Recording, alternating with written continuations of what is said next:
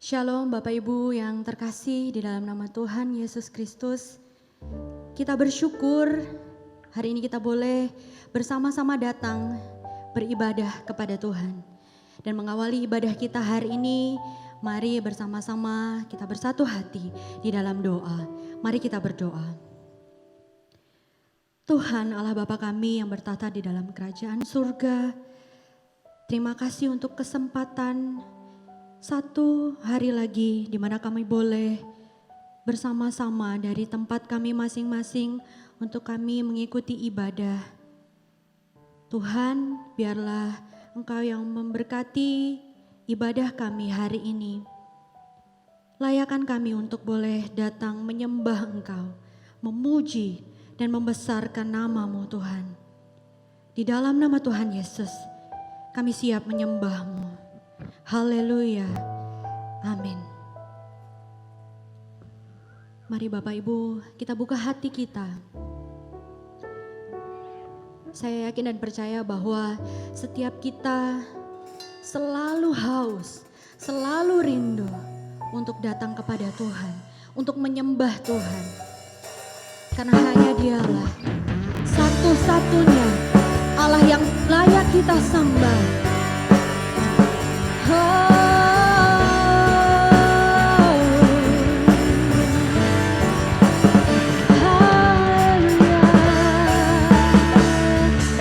Mari angkat suaramu, sama-sama kita mau datang kepada Tuhan dengan kerinduan kita. Katakan, Bapakku rindu. Katakan menyenangkanmu. Menyenangkanmu, hajarku lebih dalam untuk mengenalmu. Bapakku pinta, Bapakku pinta.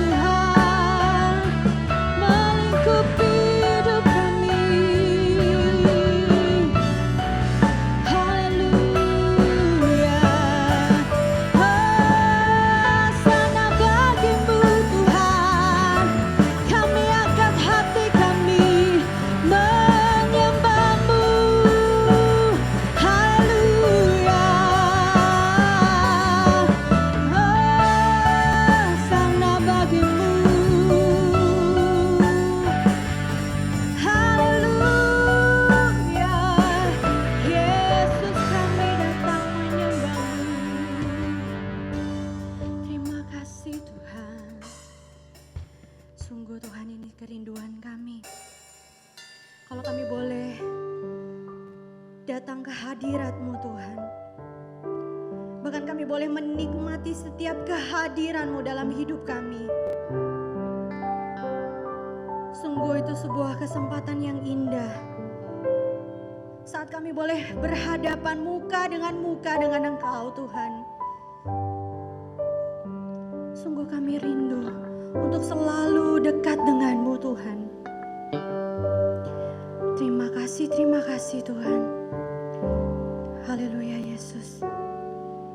Ajarkan kami untuk boleh selalu dekat, berdiam di dalam hadirat-Mu Bapa. Haleluya. Dalam hadirat-Nya ku rasa bahagia. Dalam hadirat-Nya ada damai dan sejahtera. Dalam hadirat-Nya ku temukan iman kekuatan. Dalam hadirat-Nya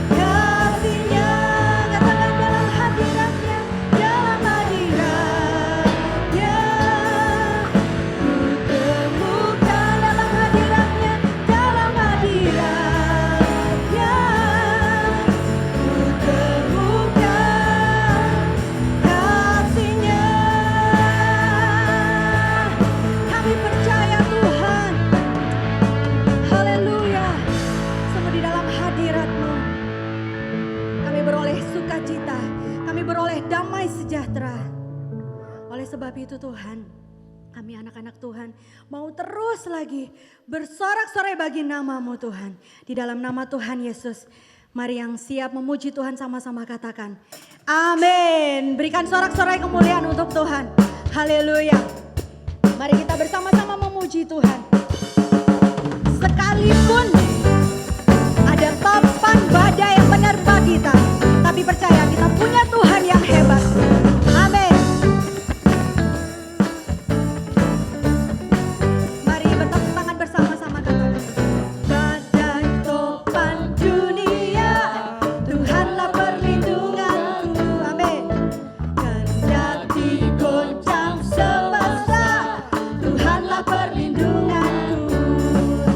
Baik siang ataupun malamlah, Tuhanlah perlindunganku. Kendati goncang semesta, Tuhanlah perlindunganku. Ya Yesus Guru di dunia, di dunia, di dunia. Ya Yesus Guru di dunia, tempat berlindung yang teguh. Sekali lagi sama-sama katakan di badai topan dunia. Badai topan dunia, Tuhanlah perlindunganku. Kendati goncang semesta, Tuhanlah perlindunganku. Baik siang maupun malam, baik siang maupun malam gelap, Tuhanlah perlindunganku. Amin. Kendati goncang semesta, siapa perlindunganmu? Katakan haleluya. Ya Yesus Guru batu di dunia, di dunia, di dunia.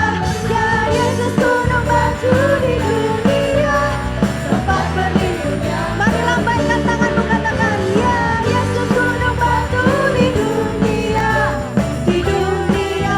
Amin. Di dunia. Ya Yesus Guru batu di dunia, tempat berlindung yang teguh. Tempat berlindung, tempat berlindung yang teguh. Sekali lagi katakan tempat berlindung yang teguh. Haleluya. Sungguh Allah kita adalah Allah tempat perlindungan kita. Amin. Sekali lagi mari berikan sorak-sorai lebih lagi bagi Tuhan.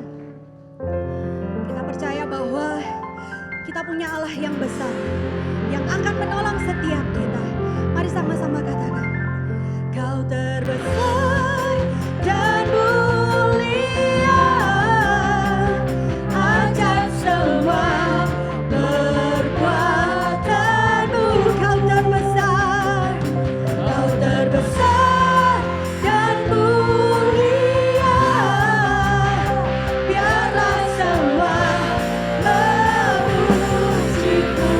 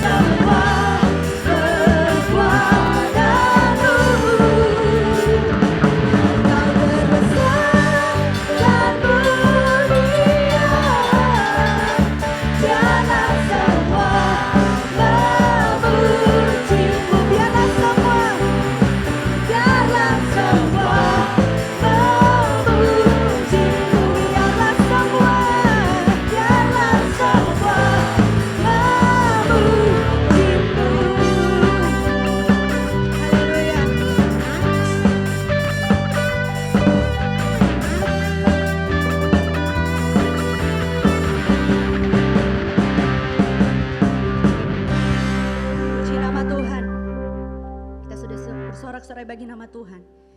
Tiba saatnya kita akan mendengarkan kebenaran firman Tuhan. Mari kita siapkan hati kita. Kita siapkan pikiran kita.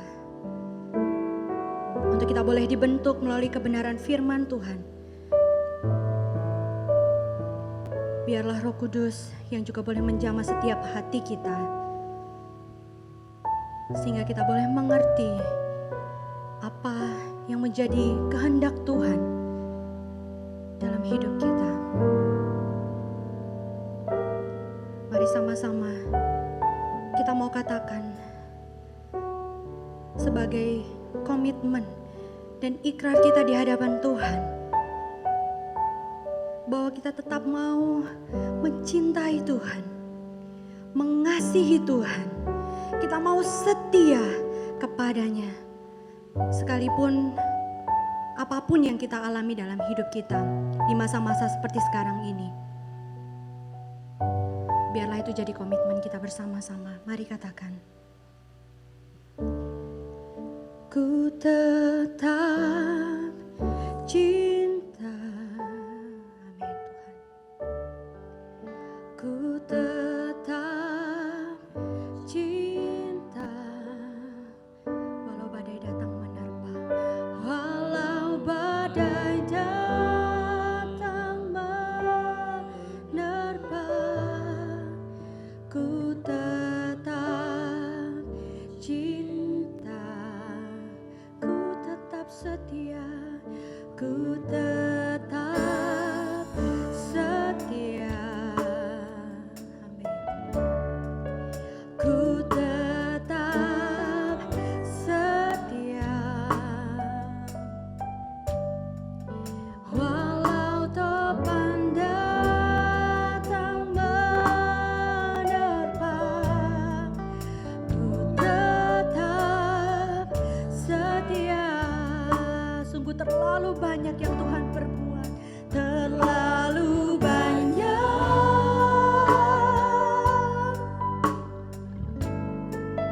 yang Tuhan telah beri.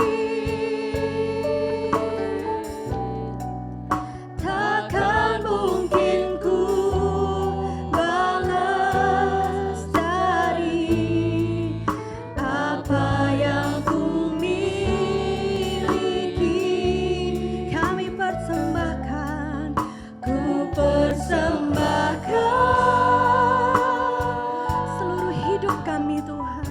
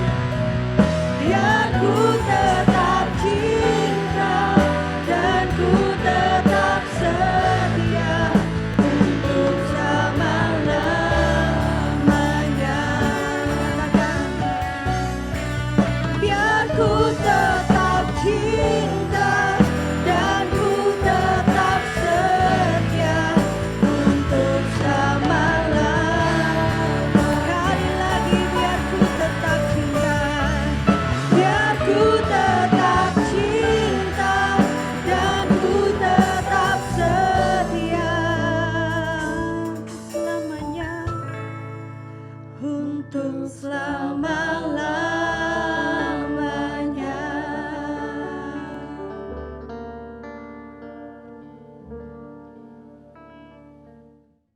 Selamat sore Bapak Ibu Saudara yang dikasihi oleh Tuhan. Selamat hari Minggu, Shalom. Hari ini kita bersuka cita walaupun masih di dalam nuansa ibadah online. Tetapi kita bersyukur kita bisa bertemu di dalam ibadah. Walaupun di tempat rumah kita masing-masing, tapi Tuhan mendengarkan pujian kita. Dan Tuhan juga mampu untuk memberikan pesan-pesan firman Tuhan. Meskipun kita tidak di dalam satu atap gereja yang sama pada pagi hari ini. Dan kita ada di tempat kita masing-masing. Sebelum kita mendengarkan nasihat firman Tuhan, mari kita tundukkan kepala, kita berdoa, minta hikmat Tuhan, agar Tuhan boleh mengurapi kita semua, dan firman-Nya boleh berbicara kuat kepada kita semua sebagai jemaat-jemaat Tuhan di dalam satu tubuh, di dalam Tuhan. Mari kita berdoa bersama-sama. Kami berterima kasih kepada Engkau, karena sampai hari ini Tuhan melindungi kami di tengah banyaknya kasus Corona yang masih mencekam, membuat banyak orang takut. Tapi hari ini kalau kami masih bisa beribadah bersama-sama, meskipun secara online, kami bersyukur Tuhan memberikan kepada kami panjang umur, kesehatan, bahkan kekuatan kerohanian dan iman. Agar kami sebagai anak-anak Tuhan tetap, walaupun kami jarang bertemu, tapi kami masih bisa bertemu lagi di dalam ibadah-ibadah online. Bersyukur dan Tuhan terus memberkati gereja kami, agar melalui gereja kami bisa berkarya di dalam ladang-Nya Tuhan.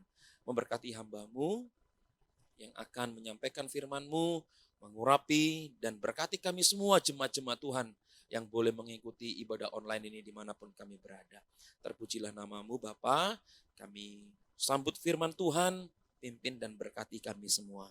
Di dalam nama Tuhan Yesus kami mengucap syukur. Haleluya. Amin. Baik Bapak Ibu Saudara yang dikasihi oleh Tuhan, dari banyak pujian yang boleh kita naikkan bersama-sama, saat ini mari kita membuka bagian kita, di mana kita sudah sampai di dalam satu bagian yang paling akhir dari surat Korintus, yaitu 2 Korintus pasal yang ke-13. Saya akan membacakan satu ayat, yaitu di ayat yang ke-5. 2 Korintus pasal yang ke-13, ayat yang ke-5, demikian firman Tuhan berbunyi. Ujilah dirimu sendiri, apakah kamu tetap tegak di dalam iman. Selidikilah dirimu, apakah kamu tidak yakin akan dirimu bahwa Kristus Yesus ada di dalam diri kamu. Sebab jika tidak demikian, kamu tidak tahan uji. Amin. Sedemikian jauh pembacaan firman Tuhan, dan kita yang membaca merenungkannya, kita akan mendapatkan banyak berkat kekuatan rohani dalam kehidupan kita. Bapak Ibu Saudara yang dikasihi oleh Tuhan, surat yang terakhir, pasal yang terakhir dari kitab Korintus, di mana di ayat ke-5 Rasul Paulus membuka dengan satu kata, satu hal yang ingin disampaikan. Mungkin itu cukup menegangkan. Mungkin banyak orang tidak suka dengar. Mungkin kalau bisa dihindari, yaitu tentang ujilah dirimu. Selidikilah dirimu. Banyak orang ketika ingin diselidiki, mungkin takut. Ada sebagian orang di dalam pekerjaannya ketika ingin diselidiki ketakutan. Karena mungkin ada pembukuan-pembukuan yang kurang tepat. Ketika orang ingin diuji, mungkin takut. Kenapa? Mungkin belum siap. Dan lain sebagainya. Sehingga banyak orang ketika diperhadapkan dengan ujian, diperhadapkan dengan penyelidikan, mendatangkan rasa takut. Itu sebabnya saudaraku, kapan ketika ujian itu datang, kita tidak merasa takut? Satu hal, yaitu ketika kita punya harapan. Kalau kita berbicara tentang kerohanian, maka kita tidak akan pernah takut karena kita tahu kita punya pengharapan di dalam Tuhan. Nah, itu sebabnya saudaraku, ada satu pertanyaan yang salah satu pertanyaan besar dalam sejarah manusia, di mana pertanyaan itu berbicara tentang apakah masih ada harapan bagi manusia. Kita tahu ketika Adam dan Hawa mereka menentang Tuhan. Dan akhirnya mereka menyentuh dan memakan buah yang dilarang oleh Tuhan. Tuhan menghukum, bahkan mengusirnya dari Taman Eden.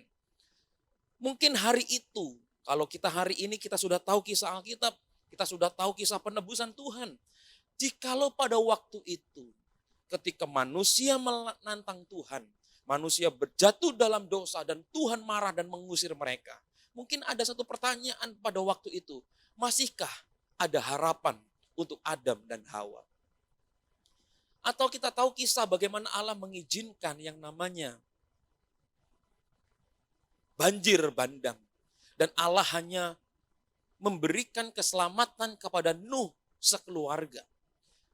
Kita tahu banyak orang mati, semua mati pada waktu itu. Mungkin muncul pertanyaan, apakah masih ada harapankah melanjutkan hidup, pekerjaan, dan lain sebagainya? Ya, kenapa? Karena semua sudah tidak ada lagi. Yang bisa dijumpai hanya satu bahtera, dan itu orang-orangnya saja. Tidak ada yang lain. Mungkin muncul ketakutan, muncul kegelisahan. Hanya lihat kamu lagi, dan kamu lagi. Apakah masih ada harapankah untuk melanjutkan hari yang berikutnya? Saudaraku yang dikasihi oleh Tuhan, mungkin tidak hanya sampai di situ. Mungkin kita tahu ketika Israel, mereka jatuh di Mesir. Ratusan tahun diperbudak di Mesir. Mungkin mereka bertanya, mungkin sudah tidak ada harapan. Sudah selesai. Saya punya anak saya punya anak, cucu saya punya anak, cicit saya punya anak. Semuanya di dalam tanah perbudakan. Mungkin sudah selesai dan tidak punya harapan lagi untuk melanjutkan kehidupan dan kemerdekaan. Saudaraku yang dikasihi oleh Tuhan, bahkan kita tahu kisah bagaimana Tuhan Yesus yang awalnya dipuji, akhirnya dia dibunuh dan disalibkan. Banyak orang mengatakan ini Mesias palsu. Mungkin akhirnya ketika Yesus mati dan dia dibangkitkan, mungkin pertanyaannya, apakah masih ada harapan lagi kah tentang Mesias akan datang? Hari ini kita bersyukur bahwa Mesias ada, dia hidup, dan dia akan datang kedua kalinya menjemput kita semua orang yang percaya kepadanya. Saudaraku yang dikasihi oleh Tuhan, itu sebabnya ketika diperhadapkan dengan pertanyaan, apakah masih ada harapan? Tentunya kita harus mengatakan di dalam Tuhan masih ada harapan. Contoh, Indonesia sedang berjuang, salah satu negara yang berjuang melawan COVID-19. Mungkin kita bertanya, kenapa pemerintah tidak melakukan banyak hal? Setiap hari ribuan kasus yang terkena positif meningkat tajam. Yang meninggal meningkat tajam, meskipun yang sembuh juga meningkat tajam. Tapi pertanyaannya, mungkin banyak orang bertanya, apa yang dilakukan pemerintah? Kenapa tiap hari kasus semakin mengerikan tentang COVID-19? Saudaraku, pertanyaan ini sebenarnya tidak hanya untuk pemerintah, tapi untuk seluruh rakyat Indonesia. Kalau pemerintah kerja dengan luar biasa, tapi rakyatnya tidak menjaga protokoler dengan baik, maka virus itu akan semakin merajalela. Kita tahu, kita lihat di pasar, kita lihat di tempat-tempat kafe-kafe, warung kopi, masih ada ribuan orang. Bahkan harus dipaksa bubar oleh aparat keamanan. Kenapa? Mereka berkumpul sampai malam, bahkan tidak pakai masker. Dan ini sungguh sangat membahayakan. Itu sebabnya saudaraku harus menguji. Kita tidak hanya menguji pemerintah dalam menangani COVID, tapi kita juga menguji diri kita. Sudahkah melakukan protokoler seperti yang dianjurkan oleh pemerintah? Hari ini, dari bagian yang sudah kita baca, kita akan melihat sebuah tema tentang test yourselves. Mengapa kita perlu menguji diri kita? Terlebih lagi di hadapan Tuhan. Mungkin menakutkan, tapi tadi saya katakan di awal, selama punya pengharapan di dalam Tuhan, tidak perlu takut. Ujian apapun, diselidiki seperti apapun, tidak perlu takut. Karena ada Tuhan yang beserta kita. Hari ini kita melihat, kenapa kita perlu menguji diri kita di hadapan Tuhan. Ada apa? Yang pertama, saya akan membacakan di ayat yang 5 bagian A. Demikian firman Tuhan berbunyi. Ujilah aku, ujilah dirimu sendiri. Apakah kamu tetap tegak di dalam iman? Yang pertama, kenapa kita perlu menguji diri kita di hadapan Tuhan? Yang pertama, agar kita tetap punya iman yang kuat di dalam Tuhan. Bapak Ibu Saudara yang dikasihi oleh Tuhan, setiap suku itu punya ciri khasnya. Kita mulai dari Sumatera, di sana ada suku Batak. Bagaimana suku Batak kalau menikah, itu banyak keluarga datang, pengantin, mereka menyanyi, mereka menari, dan keluarga-keluarga dan sanak kerabat semuanya, mereka datang dan mengenakan kain yang namanya ulos. Sehingga ketika pengantin ini menikah, mereka mendapatkan banyak sekali kain ulos. Dan itu tidak hanya ciri khas, tapi itu yang dilakukan sampai hari ini. Kita tahu di Jawa Timur, di Ponorogo, ada yang namanya reok, terkenal reok Ponorogo. Ya kan? Di Bali kita tahu ada yang namanya tari kecak. Mungkin kita menyeberang ke Tiongkok, di mana Tiongkok ada yang namanya tembok raksasa China. Dan negara-negara yang lain. Bahkan setiap negara berlomba mendaftarkan peninggalan-peninggalan budaya, baik itu bahasa, baik itu tarian, baik itu mungkin dalam bentuk budaya yang lain ke UNESCO. Supaya apa? Peninggalan ini tidak diakui, tidak diklaim oleh negara yang lain. Menjadi milik negara sendiri. Nah, saudaraku yang dikasih oleh Tuhan, tanpa disadari, hal ini tidak hanya menjadi ciri khas bangsa Indonesia contohnya. Tetapi dari banyak budaya, banyak suku, banyak bahasa yang didaftarkan tadi, ini sekaligus menjadi kebanggaan Indonesia. Indonesia bangga punya ribuan bahasa, punya ratusan pulau, ribuan pulau, dan lain sebagainya. Tidak hanya ciri khas, tapi sekaligus menjadi kebanggaan untuk Indonesia.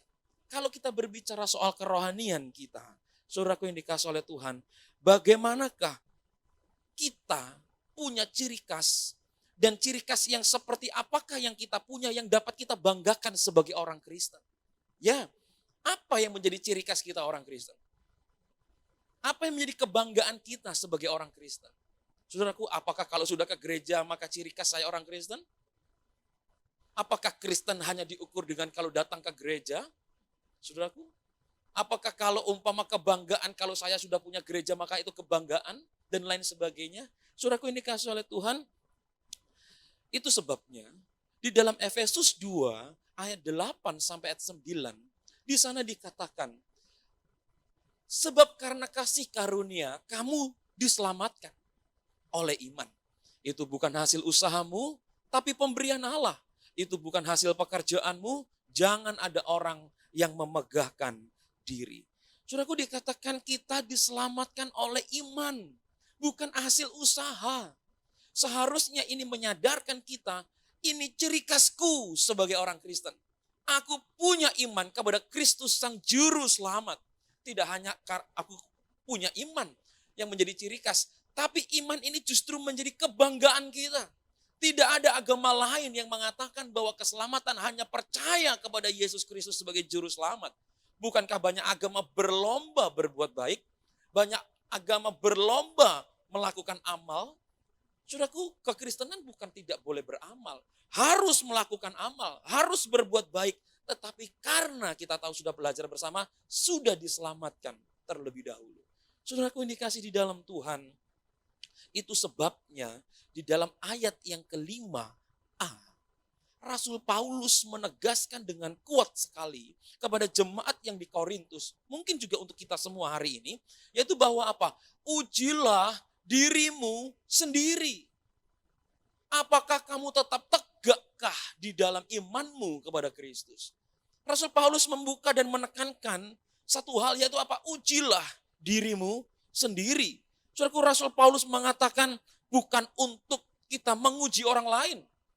Ada banyak seringkali kalau kita sudah tidak suka sama seseorang di gereja, kita mengatakan firman Tuhan ini untuk dia. Rasain lu. Kamu disindir Pak Pendeta. Engkau disinggung oleh Pak Gembala. Rasain lu. Ya, ketika dengar khotbah yang lain, dia nunjuk lagi, ini untuk kamu. Yang kemarin begini, rasain lu. Saudaraku, seringkali firman Tuhan itu seperti senjata. Untuk serang sana, tembak sana, dan tembak sini. Beberapa kali pada waktu saya layanan, ada jemaat itu sampai mengatakan, Pak, nanti kalau khotbah, tolong poinnya disisipkan yang ini Pak, yang ini Pak, yang ini Pak. Saya bilang, loh kenapa poinnya tidak sesuai seperti yang diberikan oleh gereja? Kenapa kok Bapak ini bilang dan Ibu bilang, kok mengatakan tolong sisipkan bagian ini. Wah, saudaraku. Jadi, saudaraku, firman Tuhan terkadang apa? Digunakan untuk sebagian orang, serang dia. Menyadarkan boleh, menasehati boleh. Tapi kalau sudah dimunculkan dari rasa benci untuk menyalahkan dia, ini menjadi sesuatu hal yang keliru. Saudaraku yang dikasih oleh Tuhan, oleh karenanya Rasul Paulus mengatakan, ujilah dirimu. Tetapi pertanyaannya saudaraku, bagaimana untuk menunjukkan bahwa kita bangga atas iman kita. Dan inilah yang menjadi masalah bagi orang Korintus pada waktu itu. Orang Korintus bisa mengatakan, aku percaya Tuhan, aku punya iman. Tapi yang terjadi dari 1 Korintus, kalau kita baca bersama-sama, jemaat Korintus banyak pertikaian di dalamnya. Jemaat Korintus banyak permusuhan di dalamnya. Jemaat di Korintus banyak perpecahan. Menganggap diri paling benar. Menganggap diri paling rohani. Aku punya karunia loh ya. Karuniaku lebih banyak daripada engkau. Engkau jangan macam-macam. Karuniaku luar biasa banyak. Jangan macam-macam saudara. Kalau karunia talentamu lebih sedikit, berarti aku lebih hebat daripada kamu. Saudaraku, jemaat Korintus masih ada penyembahan berhala. Jemaat di Korintus masih ada kehidupan di dalam percabulan. Pertanyaannya, apakah ini yang namanya iman? Ya, apakah iman itu hanya cukup saya percaya, saya hadir di gereja, saya melakukan persembahan atau apapun, apakah dengan demikian maka otomatis kita menjadi punya iman yang kuat kepada Tuhan? Tentunya tidak. Kenapa? Kalau hanya sebatas itu, maka kita melakukan banyak hal yang keliru pun tidak masalah. Yang penting kan kuncinya aku sudah beriman. Nah, saudaraku yang dikasih oleh Tuhan, itu sebabnya iman bukanlah baju keagamawian. Melainkan buah kehidupan dari sebuah kepercayaan yang sedang kita jalani bersama-sama. Itu iman.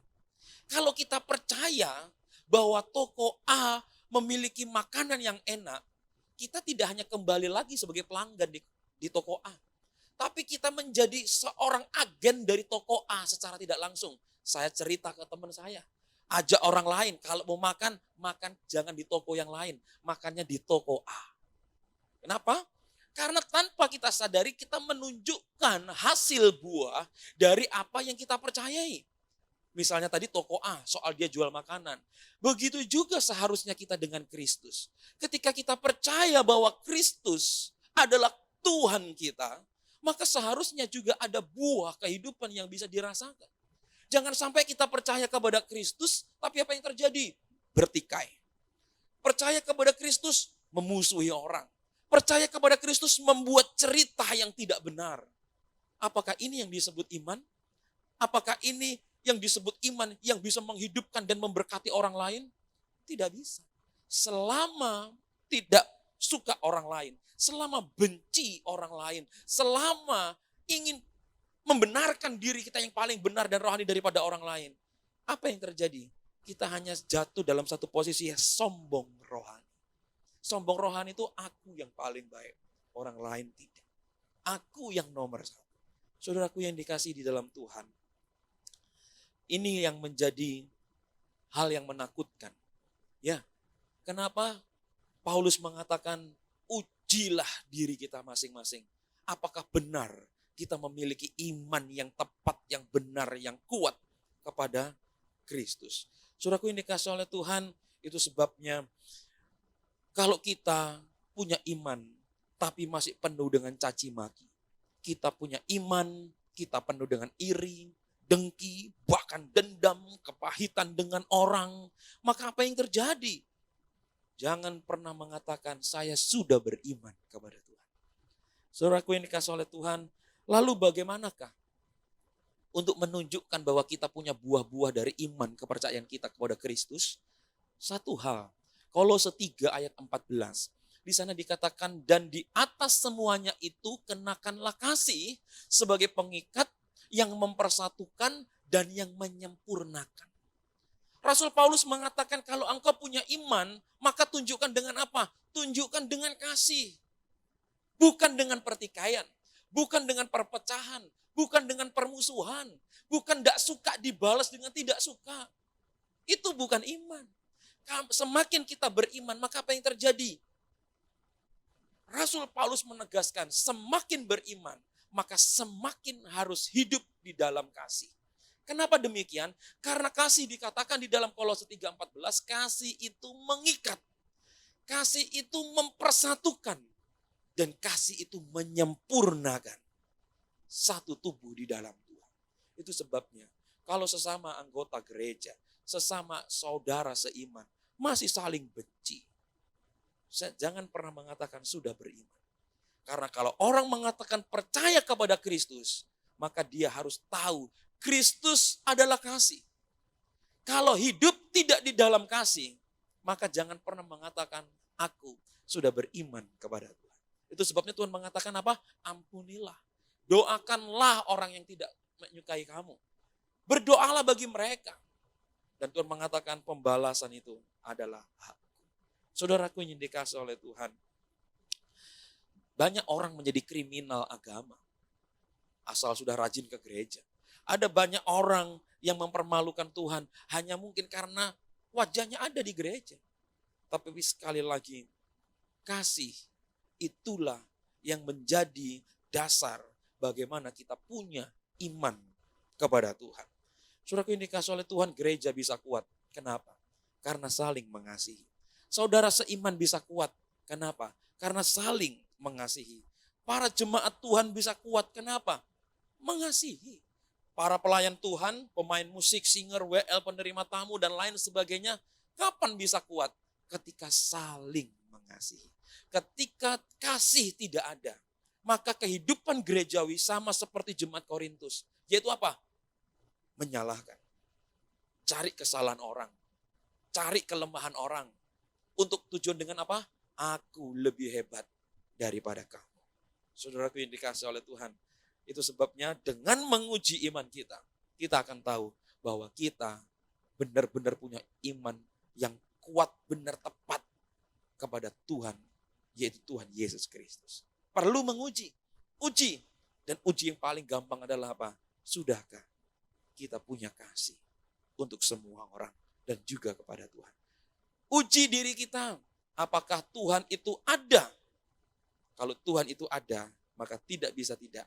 Kita harus punya hidup yang saling mengasihi. Itu yang pertama. Yang kedua sekarang saudaraku. Kenapa kita harus menguji diri kita sendiri? Yang kedua, saya membacakan di ayat 5 bagian yang B. Selidikilah dirimu, apakah kamu tidak yakin akan dirimu bahwa Kristus Yesus ada di dalam diri kamu? Yang kedua, kenapa kita harus menguji diri kita di hadapan Tuhan? Yang kedua adalah karena di dalam diri kita ada Kristus tinggal di dalam diri kita.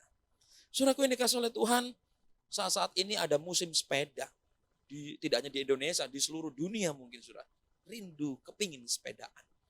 Di Indonesia lagi booming ini, hobi tentang sepeda. Tidak hanya mereknya sepeda yang dikejar, tidak hanya satu grup punya seragam baju, celana, topi, sepatu yang mungkin sama.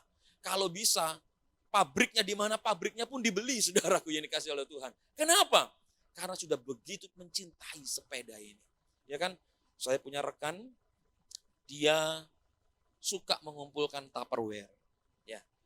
Bapak Ibu Saudara pasti di rumah ada Tupperware, bukan? Ya. Tapi sebanyak apa? Selengkap apa? Saya punya rekan, dia sampai belanja Tupperware, itu sampai ke luar negeri. Kenapa? Karena ada seri tertentu Tupperware yang tidak dijual di Indonesia. Dan ketika saya ke rumahnya, saya mengatakan luar biasa. Ada yang kecil sampai yang gede. Dan dia mengatakan, Pak, ini tidak ada di Indonesia loh Pak. Ini saya beli di mana? Di negara itu, negara itu. Dan salah satunya dia beli di mana? Di Jepang. Saya beli ini di sana. Saudaraku ini kasih di dalam Tuhan. Sekitar hampir 20 tahun yang lalu, di salah satu kota, ada satu orang menurut saya di luar pikiran saya, kalau bagi saya. Tapi bagi dia berbeda. Dia beli mobil, ini setiap orang bisa beli mobil jika ada berkat lebih. Dia beli mobil tidak sekali satu. Anehnya dia beli mobil beberapa biji mobil sekaligus. Yang membedakan adalah apa? Warnanya. Orang ini suka Karimun. Waktu itu, hampir 20 tahun yang lalu. Kenapa begitu? Karena bagi dia mobil ini kok lucu, kecil, mungil, dan dia senang. Sehingga dia pergi ke dealer, dia tanya, ini ada berapa warna? Ada sekian warna Pak. Dia katakan apa? Saya beli mobil ini, serinya ini, yang penting warnanya berbeda. Sehingga di garasinya dia tuh ada banyak mobil Karimun dengan berbagai macam warna. Luar biasa bukan? Nah, saudaraku yang dikasih oleh Tuhan, kira-kira kalau orang bisa berburu seperti itu, pertanyaannya untuk kita, sebesar apakah kerinduan kita untuk kita berburu kasih Tuhan? Ya, bukan Tuhan kita buru, tidak. Tapi sebesar apa kerinduan kita untuk kita mau dekat sama Tuhan. Mau dekat dalam doa, mau dekat dalam pelayanan, mau dekat dalam rumah Tuhan, mau dekat dalam kegiatan-kegiatan ibadah persekutuan. Sebesar apa kerinduan kita untuk kita mau dapatkan Kristus itu di dalam diri kita. Saudaraku yang dikasih oleh Tuhan, ini menarik. Rasul Paulus mengatakan di ayat 5b, selidikilah dirimu, apakah kamu tidak yakin akan dirimu bahwa Kristus Yesus ada di dalam diri kamu. Ini menarik, saya garis bawahi di dalam diri kamu. Saudaraku, di dalam, Indonesia mengatakan di dalam, ini ada beberapa arti. Arti yang pertama, saudaraku, di dalam ini menunjukkan tentang posisi. Di manakah posisi Kristus hari ini di dalam diri kita? Percaya sudah? Percaya kepada Tuhan? Sudah. Berdoa kepada Tuhan? Sudah. Pertanyaannya, di mana posisi Kristus hari ini di dalam diri kita? Ya, di mana posisinya dia? Apakah Kristus punya posisi waktu kita ada di rumah? Apakah Kristus punya posisi dalam hidup kita, di dalam hati kita pada waktu kita di pekerjaan? Apakah Kristus punya posisi ketika kita sedang memiliki problem dengan seseorang? Atau saudaraku, ketika haleluya, Kristus di sisiku, di hatiku. Ketika kita sedang berkonflik, Kristus diam dulu di rumah. Ini saatku. Aku yang punya posisi. Begitu saudara? Sudah dikasih oleh Tuhan. Kenapa jemaat Korintus mereka sudah percaya, tapi dalam kehidupannya mereka pecah, mereka bertengkar, mereka bertikai, bermusuhan, bahkan hanya karena karunia-karunia rohani, sempat melecehkan jemaat yang lain. Aku lebih rohani daripada kamu. Kenapa? Karena yang di dalam hati mereka, posisinya bukan posisi diisi oleh Kristus. Di dalam diri mereka, hati mereka diisi oleh apa posisi yang tingginya? Gengsi mereka, ingin menunjukkan kehebatan mereka, kelebihan mereka, kerohanian mereka. Sehingga tanpa sadar, Kristusnya menjadi kecil, cukup ada di rumah. Aku yang hebat, bukan Kristus yang hebat. Maka apa yang terjadi? Terjadilah kehidupan seperti di Korintus, pecah sana, pecah sini. Itu sebabnya di dalam 1 Korintus 13 dikatakan, walaupun engkau hebat, engkau bisa 1000 bahasa manusia, engkau bisa melakukan bahasa-bahasa malaikat, Rasul Paulus mengatakan, tapi kalau engkau enggak punya kasih, sehebat apapun engkau, sekuat apapun engkau, tidak ada dampak faedahnya. Alias tidak berguna. Hebat, tapi tidak berguna. Untuk apa? Rasul Paulus menekankan kasih. Bahkan 1 Korintus 13 ayat 13 dikatakan, yang terbesar itu adalah kasih. Ketika kasih sudah ada di dalam diri anak-anak Tuhan, maka apa yang terjadi? Gak usah disuruh, hidup rukun bersama. Firman Tuhan mengatakan ketika kita hidup berkumpul rukun, maka apa yang terjadi? Berkat dari sorga itu diberikan Tuhan kepada jemaat-jemaatnya. Saudaraku yang dikasih di dalam Tuhan, di manakah posisi Kristus? Kata di dalam tidak hanya menggambarkan tentang posisi, tapi kata di dalam juga menggambarkan tentang sesuatu yang benar-benar terjadi. Di dalam Matius 1 ayat 20 dikatakan, tetapi ketika ia mempertimbangkan maksud itu, yaitu si Yusuf, maka malaikat Tuhan menampakkan dirinya kepada Yusuf di dalam mimpi. Dan berkata, Yusuf, anak Daud, janganlah engkau takut mengambil Maria sebagai istrimu. Dikatakan kenapa? Sebab anak yang di dalam kandungannya adalah dari Roh Kudus. Perhatikan saudara, ada benang merah antara 2 Korintus 13 ayat 5b dengan Matius 1 ayat 20. Kata yang sama. Kalau di dalam Korintus dikatakan apakah kamu tidak percaya Kristus ada di dalam dirimu, kata yang sama dipakai di dalam Matius 1 ayat 20. Yusuf, kamu jangan takut. Kenapa? Maria benar-benar mengandung. Kandungannya itu ada janin. Dan janin itu nanti akan kau lahirkan dan akan dinamakan dengan Yesus. Maria bukan mudah-mudahan hamil. Maria bukan siapa tahu bisa hamil dari Roh Kudus. Tapi Matius 1:20 dikatakan, jangan takut. Ya Yusuf, Maria mengandung, benar-benar mengandung. Kandungannya ada janin. Dan itu terjadi. Dengan kata lain saudaraku, 2 Korintus 13 ayat 5b ingin mengatakan kepada jemaat, kepada Korintus dan juga kepada kita semua hari ini, jangan lemah, jangan gundah, jangan gelisah dan percayalah Kristus ada bersama dengan kita. Kenapa banyak orang lemah? Kenapa banyak orang mundur? Karena tidak menyadari Kristus ada dalam diri kita. Mungkin ya aku percaya, tapi posisinya tidak tahu di posisi berapa. Mungkin aku percaya, tapi aku tidak sadar yang aku percaya itu ada di dalam diri kita. Ini permasalahan orang Kristen. Saudaraku, sehingga apa yang terjadi? Bukan Kristus yang hidup, akunya yang hidup. Saudaraku ini kasih di dalam Tuhan. Dengan kata lain, Kristus yang ada di dalam diri kita, itu nyata. Dia benar-benar ada dan bukan isapan jempol. Seperti kata orang di luar sana. Kalau Kristus ada, maka yang terjadi, kasih itu ada. Pengampunan itu ada. Pemulihan itu ada. Penerimaan itu ada. Dan apa yang terjadi?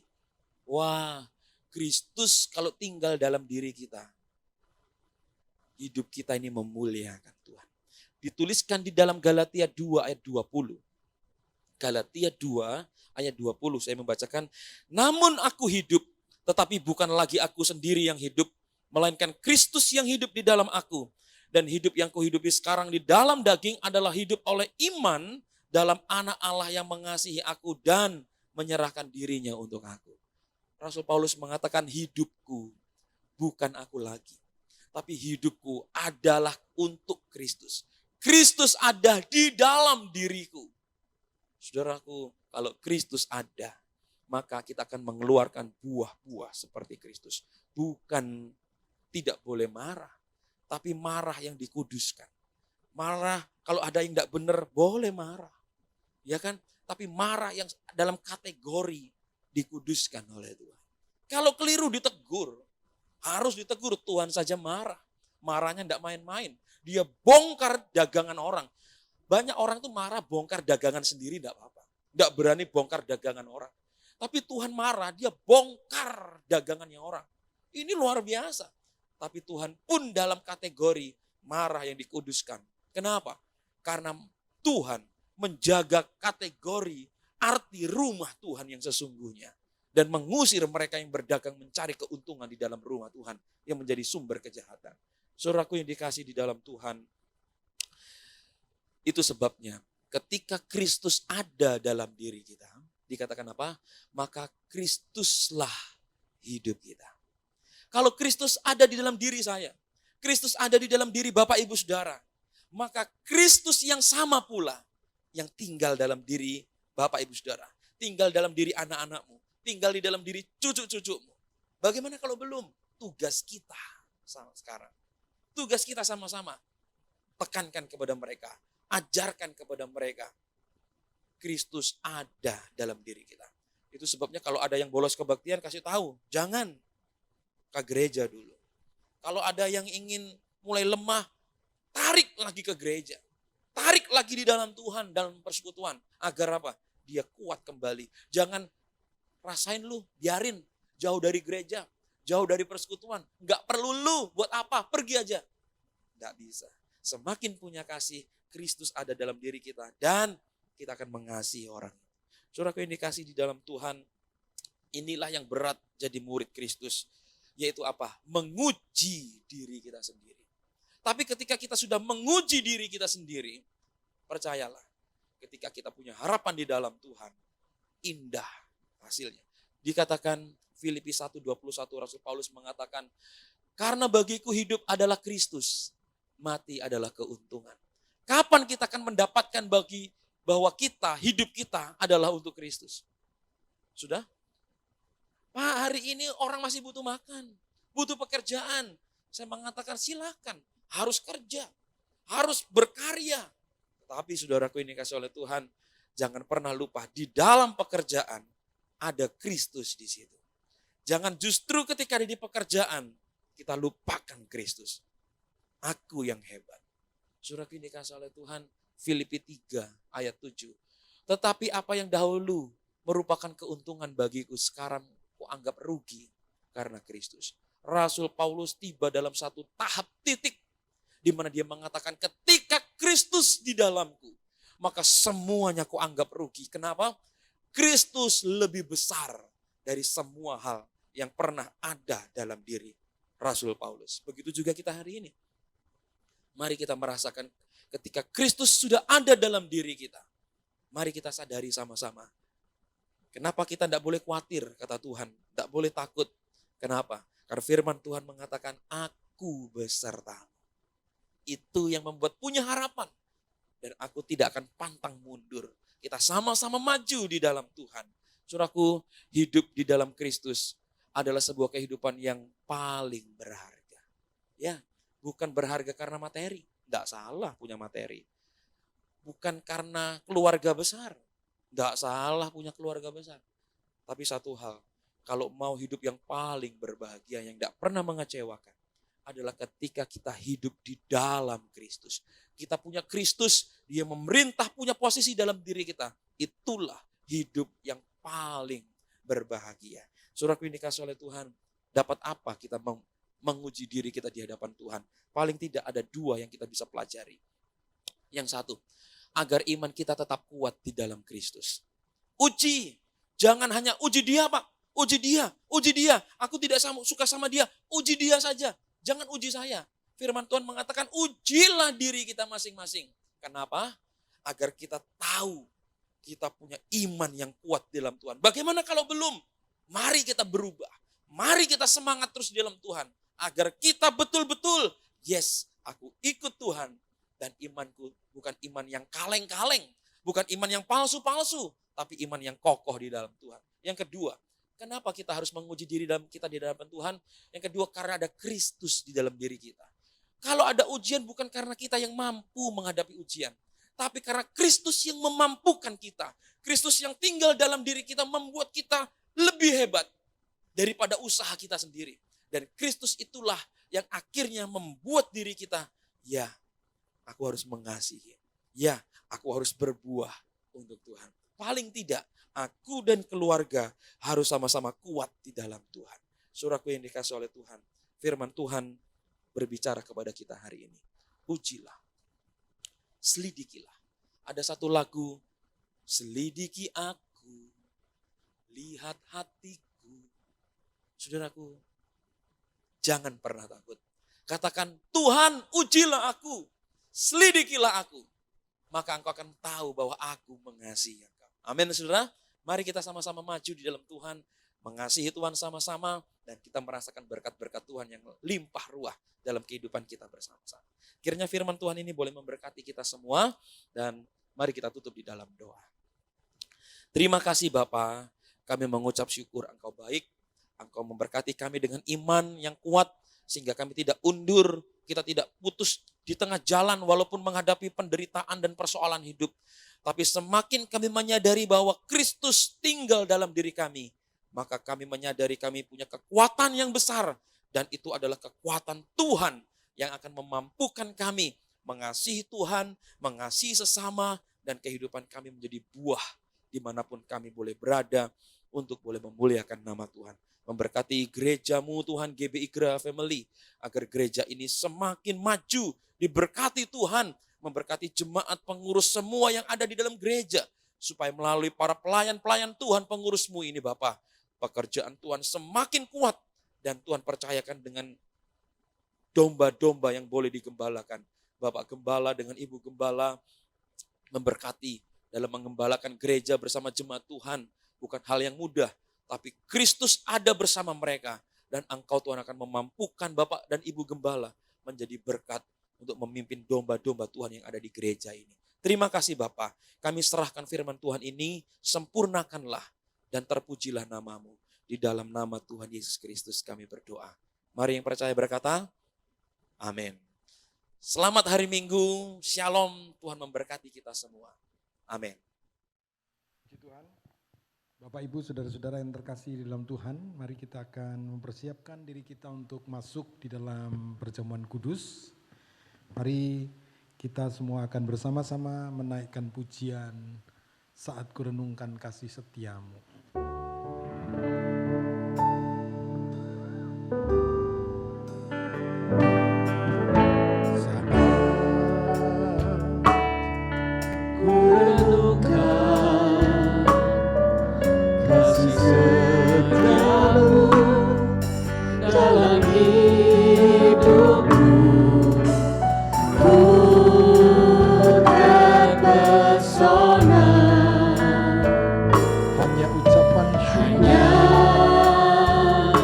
Ucapan syukurku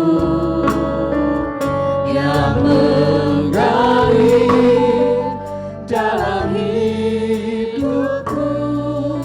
Terima kasih Yesus. Sekali lagi, saat kurenungkan kasih setiamu.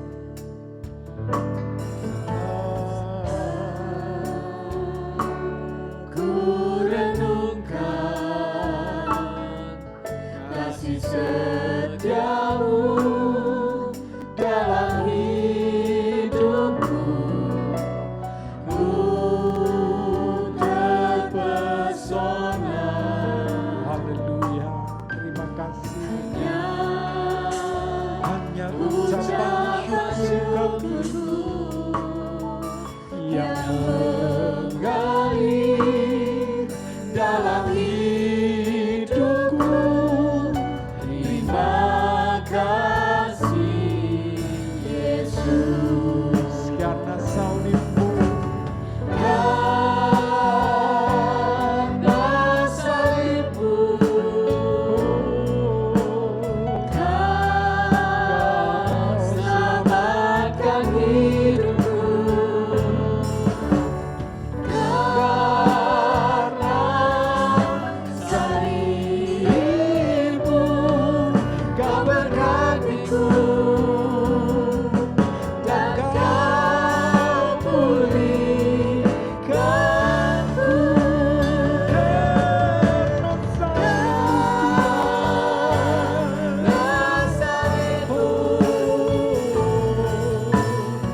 Kau selamatkan hidupku. Karena salibmu, Kau berkatiku,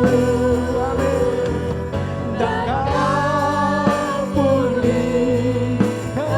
dan Kau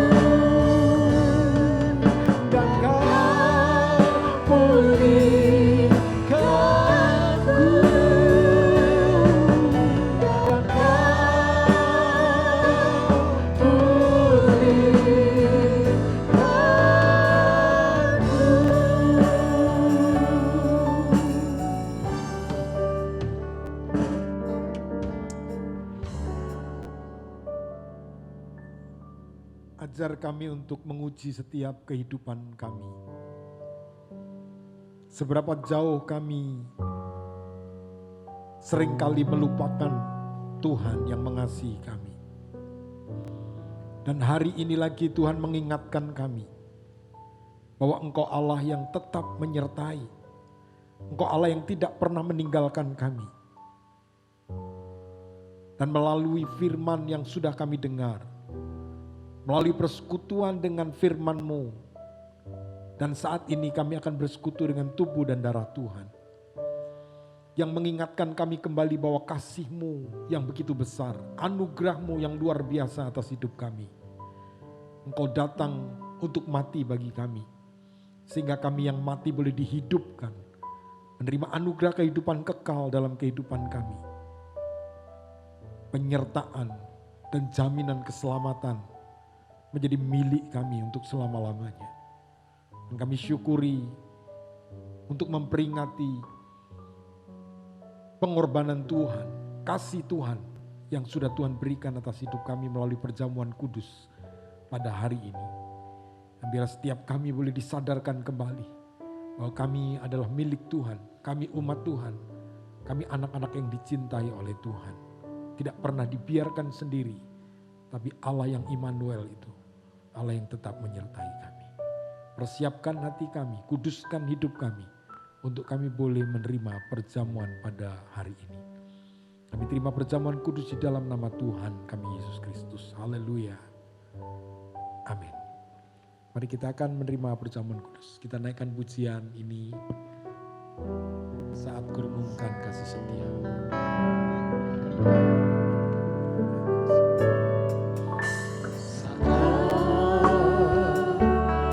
Ku renungkan kasih setiamu dalam hidupku, ku terpesona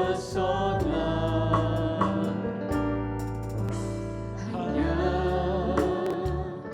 ucapan syukurku yang mengalir dalam hidupku. Terima kasih Yesus, Karena salibmu karena salibmu Kau selamatkan hidupku. Karena salibmu Kau berkatiku dan Kau pulihkanku.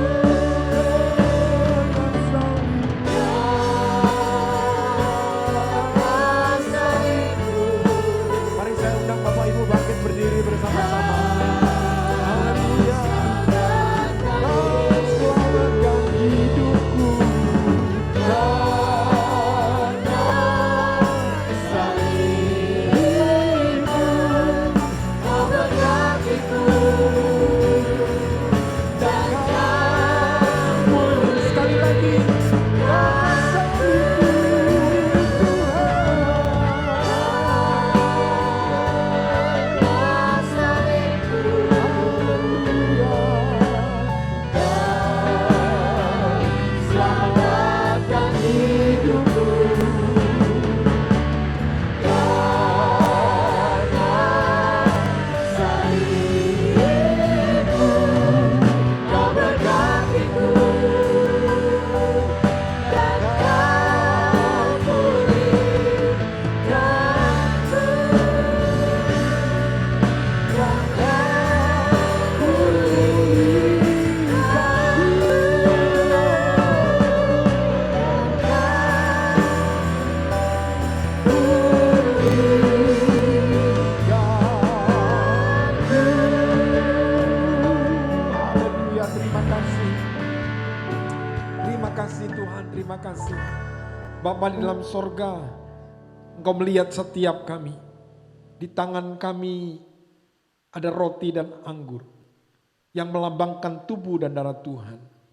Kami bersama-sama dengan umat-Mu mengingat akan kasih Tuhan di atas bukit Golgota, di mana Engkau sudah mempersembahkan, menyerahkan, mengorbankan diri-Mu untuk penebusan kehidupan kami. Dan saat ini kami boleh syukuri, kami boleh peringati akan kebaikan dan kasih anugerah Tuhan yang begitu besar dalam hidup kami. Mari saudara-saudara kita mengangkat roti lebih tinggi dari kepala kita.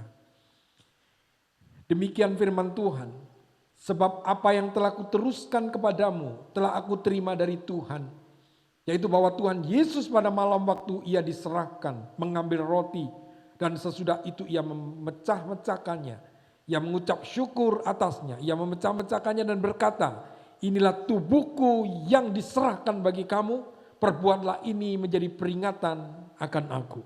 Bukankah roti yang kita makan dengan ucapan syukur adalah lambang dari tubuh Tuhan? Mari kita makan dengan iman dan percaya dalam nama Tuhan Yesus Kristus. Haleluya.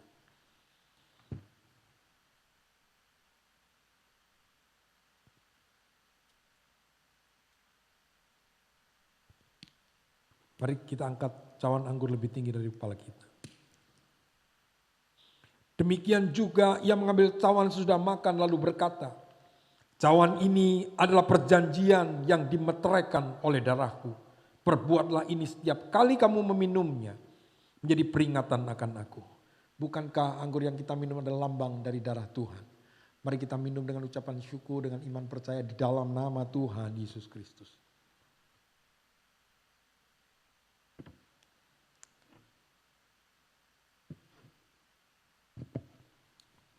Haleluya, terima kasih. Terima kasih Bapak Ibu mengucap syukur untuk segala kebaikan Tuhan. Tidak ada yang sanggup merebut hidup kita dari tangan Tuhan. Tidak ada yang sanggup membawa kehidupan kita jauh dari Tuhan. Oleh karena Tuhan yang memegang hidup kita. Tuhan yang sudah menyelamatkan kita. Tuhan yang sudah menopang segenap kehidupan kita. Oleh sebab itu percayalah bahwa kita berjalan bersama-sama dengan Dia. Kasih-Nya selalu menyertai kita.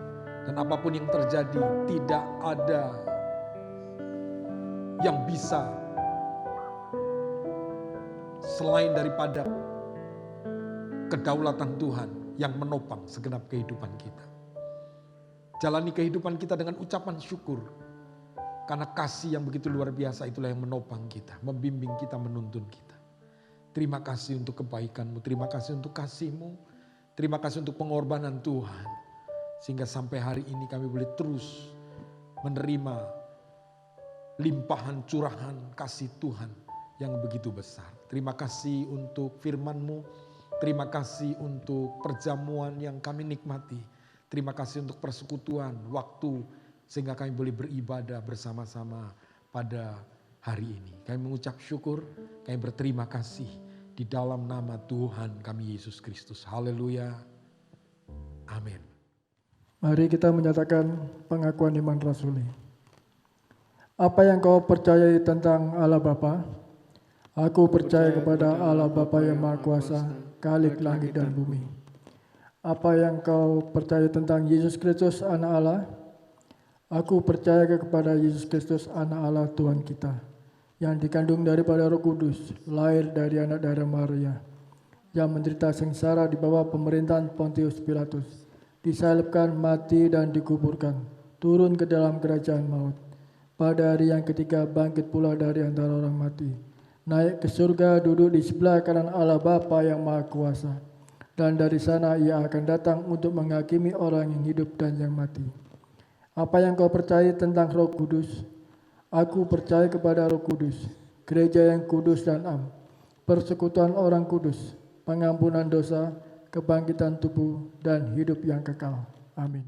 Puji nama Tuhan, kita akan memberikan persembahan. Mari sama-sama sebagai ucapan syukur kita kepada Tuhan, kita nyanyikan pujian. Bersyukurlah kepada Tuhan. Bersyukurlah kepada Tuhan, sebab Ia baik, bawasannya untuk selamanya, kasih setianya. Bersyukurlah kepada Tuhan, sebab Ia baik, bawasannya untuk selamanya, kasih setianya.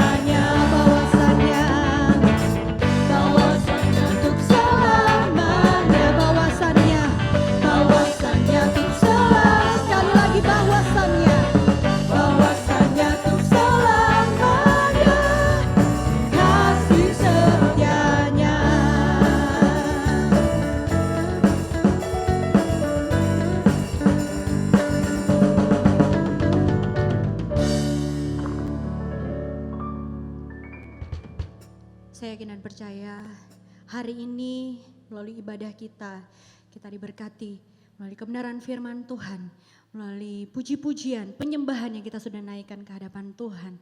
Mari Bapak Ibu, kita akan mengakhiri ibadah kita bersama-sama, kita naikkan sebuah pujian, kemuliaan bagi Tuhan. Haleluya Yesus. Kemuliaan bagi Tuhan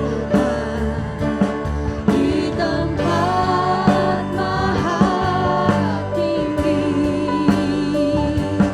Kau Raja diagungkan dan dipuji.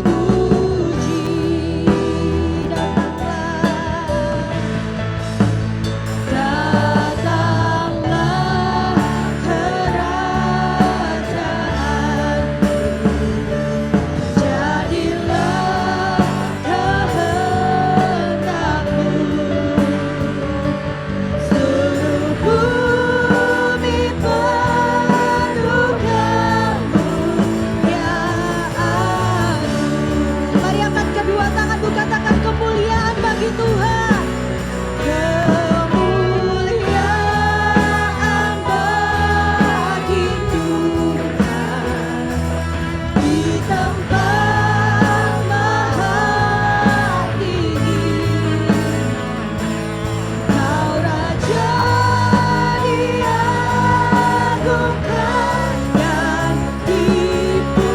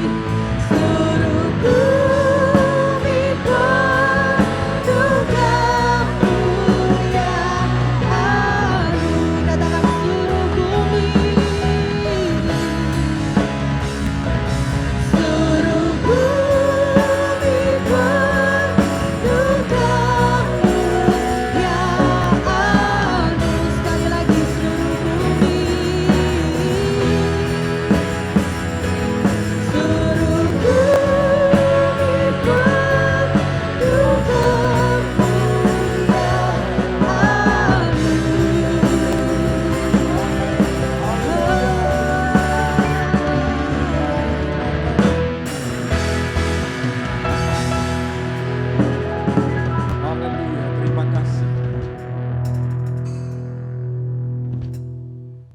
Pada akhir ibadah kami di hari ini ya Tuhan, kami mempersembahkan hanya kepada Allah Bapa di sorga atas segala kebaikan, pemeliharaan, kesetiaan Tuhan yang terus melingkupi segenap kehidupan kami, sebagaimana kami ada saat ini semua oleh karena kebaikan Tuhan. Kami mengucap syukur, ibadah kami dari awal pertengahan hingga akhir kami sudah menyelesaikannya. Dan biarlah waktu yang kami pakai dalam ibadah kami boleh diberkati oleh Tuhan. Setiap anak-anak-Mu yang melayani boleh diberkati oleh Tuhan. Dan setiap umat-Mu yang memberikan waktu mereka, penyembahan mereka, mereka boleh diberkati oleh Tuhan. Kami menyerahkan anak-anak-Mu yang sedang dalam pergumulan. Apapun yang sedang mereka hadapi, biarlah tetap pengharapan mereka hanya tertuju kepada Engkau. Di dalam Kristus Yesus kiranya Tuhan yang akan terus memberikan pertolongan. Tuhan yang akan memberikan jalan keluar. Tuhan yang akan memberkati. Tuhan yang akan memberikan pemeliharaan atas kehidupan mereka. Apapun yang sedang mereka hadapi, mereka boleh berjalan bersama-sama dengan Tuhan. Mereka yang sedang dalam kelemahan tubuh, kiranya Tuhan mengulurkan tangan belas kasihannya supaya menjamah setiap anak-anak-Mu yang sedang sakit. Kiranya Tuhan memberikan kesembuhan, Tuhan memberikan pemulihan. Karena kami percaya Engkau Allah yang ajaib, Engkau Allah yang berkuasa, yang sanggup memberikan pertolongan yang terbaik untuk anak-anak-Mu yang berseru kepadamu. Terima kasih ya Tuhan, kami juga memohon pertolongan untuk bangsa dan negara kami. Engkau Allah yang berkuasa atas seluruh kehidupan alam semesta. Oleh sebab itu pandemi yang sedang dihadapi oleh seluruh dunia. Secara khusus juga untuk bangsa Indonesia. Kiranya Tuhan memberkati para pemimpin kami. Tuhan memberkati seluruh petugas gugus COVID-19 dimanapun berada, kiranya pertolongan Tuhan, kemurahan Tuhan menyertai, kekuatan Allah menopang mereka. Sehingga dalam menghadapi situasi ini Tuhan sendiri yang menolong mereka. Terima kasih Bapak, terima kasih. Kami menyerahkan seluruh kehidupan ke dalam tangan Tuhan. Mari Bapak Ibu Saudara-saudara, kita angkat kedua tangan kita di hadapan Tuhan. Di akhir ibadah kami ini Bapak, kami menyerahkan sekali lagi seluruh kehidupan kami hanya ke dalam tangan-Mu.